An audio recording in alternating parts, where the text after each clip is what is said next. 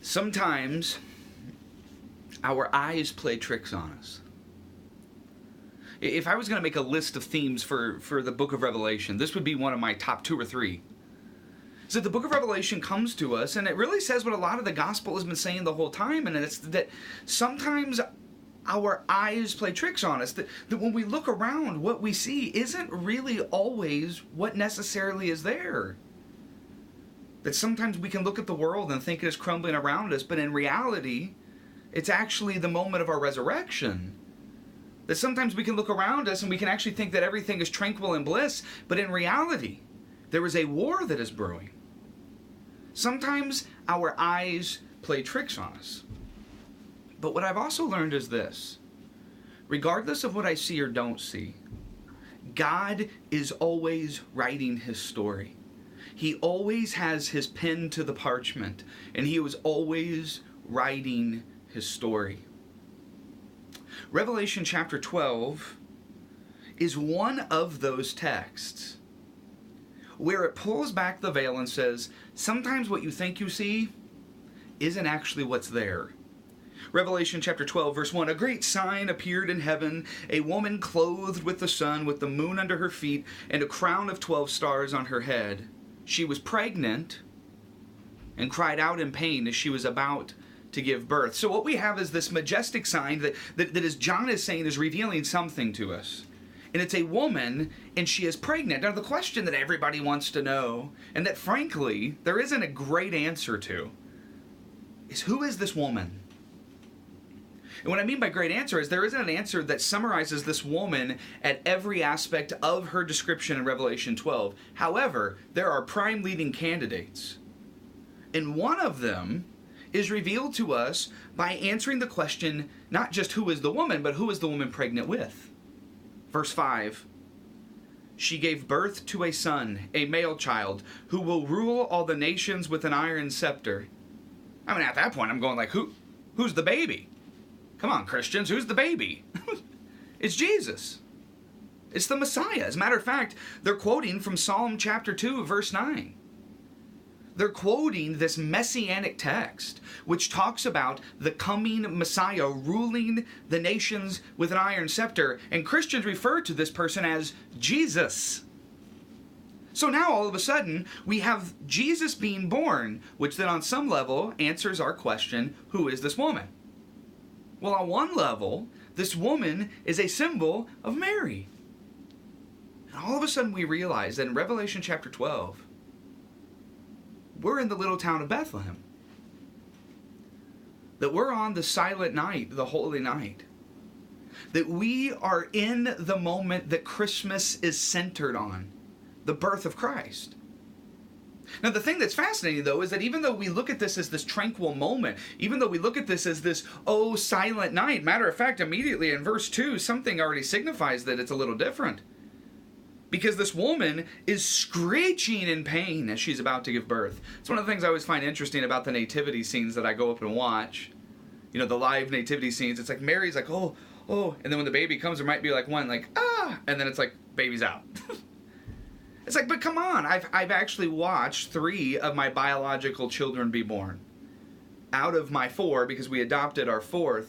And I'm telling you, there's not just a little, oh, and then it's screeching. It wasn't a silent night. It was a very loud night. Because a woman was giving birth to a child, and she was actually giving birth to the Logos, to the Word become flesh, to Emmanuel, God with us. But Revelation pulls back the veil.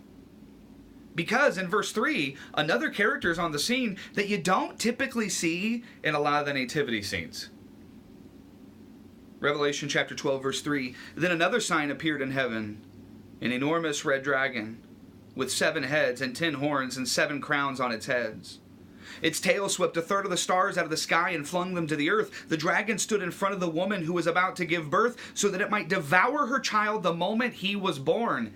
That's a little different than the nativity scenes I've watched play out on plays.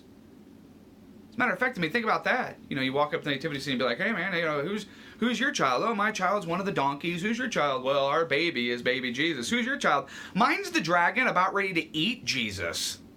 No. And yet what Revelation chapter 12 does is it says there's more to what your eyes can see. That even though you look around and you see this tranquility, let me remind you, there is a war that is raging.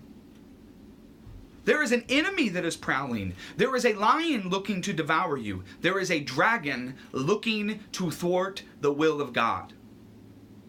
As a matter of fact, my wife made a mistake. Well, I mean, she's made multiple mistakes when it comes to me, but she made a mistake about 15 years ago whenever she said, "Hey, babe, do you mind putting up our nativity scene?"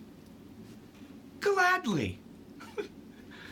So we have this awesome nativity scene. I mean, like the wise men are huge, and baby Jesus is almost life-size, and and so I cleared off the top of our piano, and I began setting it up. And honestly, I finished the job, and I sat down, and I was watching TV as she was in the kitchen, and she was finishing up some of the decorations in there, and she comes out, and she kind of looks over at the piano and goes, "Aw," and then takes about 3 steps and stops.